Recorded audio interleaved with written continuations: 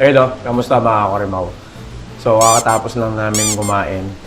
Dumating na yung package na inaantay ko, no? Pero bubuksan ko dapat siya kahapon eh, kaso nakakatamad eh. Sarap matulog. So, dumating na siya. Ito siya. Tara, i-unbox na natin. Let's go!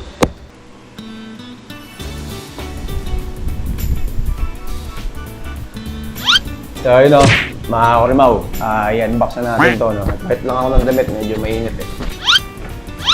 Siyempre, ang ating katuwang sa buhay, ang pinakamalupit, Cutter in the house. So, buksan na natin to, no? Kamutin mo! Ang dami, yan namang tape, ha? Ayaw magpabukas! Buksan na natin. Wala, paano umpisahan. Eh di umpisahan mo sa simula, gunggong. So, shoutout nga pala, no? Kay, no? Salamat Shopee. Salamat, Shopee! Tsaka dun sa store nito. Siguro, lagay lang natin yung link sa baba. Shopee free shipping! Sa description. Sinabi nilang darating to, Feb 12. Pero kahapon dumating, no? Feb 9. Wow! Siyempre, ingat-ingat pa din, no? Salam na rin yan.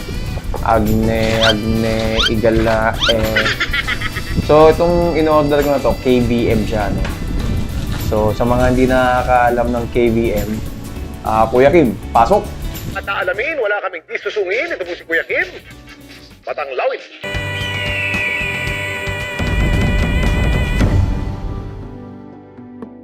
So yun mga Korimaw, ang ibig sabihin ng KVM ay Keyboard Video Mouse Switch.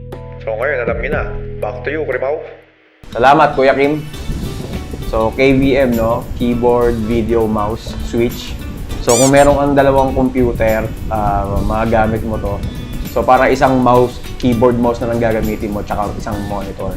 Binili ko to para isang keyboard, mouse na lang gagamitin ko, no? Hindi ka nabibili ng dalawa. So, ito, no? Ang brand pala niya, Amos. Amos. Ang wallet na maswerte. So, ito na yung pinaka-switch niya, no? So, ayan, no? Makikita mo dyan, yan na yung mga keyboard na mouse. Yung mga ports niya. So, meron siyang 4 na port, no? Ayan. Tapos sa likod, ito yung dyan mo lalagay yung mga output. Di nga. Ayan. Actually, ang kailangan ko lang naman yung pang keyboard mouse eh. Para isang keyboard tsaka mouse lang yung gagamitin niya. Hindi totoo yan. Siguro yung pang switch niya, no? Switch on switch. So, mamaya, subukan natin. Sige nga, subukan mo. Tapos, may kasama siyang dalawang USB. Ayan. So, I think ito yung ilalagay mo sa computer mo, no? So, computer 1, computer 2. Para makapag-fit siya. And then, syempre, binabasa ng lahat ang manual. Ayan. So, tara, set up na natin.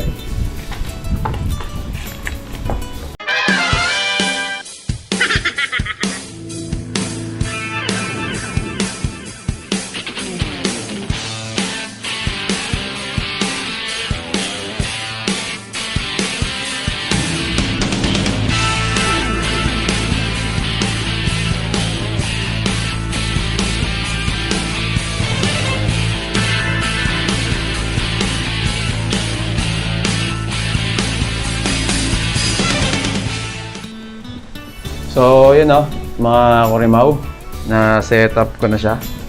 So, ito na yung isang keyboard natin, and then ito na yung isang mouse.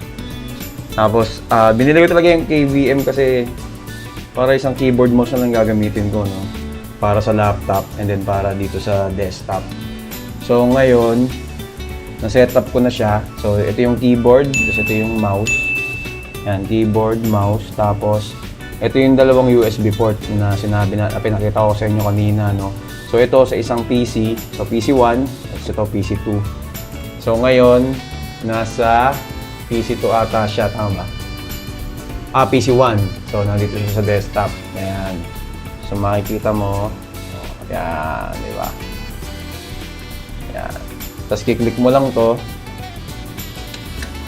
Yun, dilipat na ngayon siya dito sa desktop. Ay, sa laptop. Ayan. Soyang-soya, mga Kurimaw. So, yun o, mga Kurimaw. Overall, para sa akin, maganda yung AMOS na KVM, no? So, kung kailangan mo siya, dalawa yung computer mo, magagamit mo siya para hindi ka na bumili ng extra keyboard tsaka extra mouse.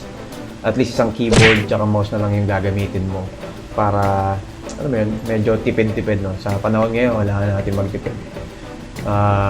Imbis na once ang bilhin natin, yung needs na lang. Siguro, baka next year sana, makaraos na tayo. So hanggang dito na lang muna mga Kurimaw. Maraming salamat ulit sa panonood. Kung nagustuhan mo tong video, please like, comment, and subscribe. Huwag mo na rin kalimutang i-share at i-click yun sana all notification bell para ma-notify ka na sa mga next video natin. So hanggang dito na lang muna. Maraming salamat ulit. Gaya na lagi namin sinasabi, kahit anong mangyari, soya lang yan. Bye-bye! Kita-kits!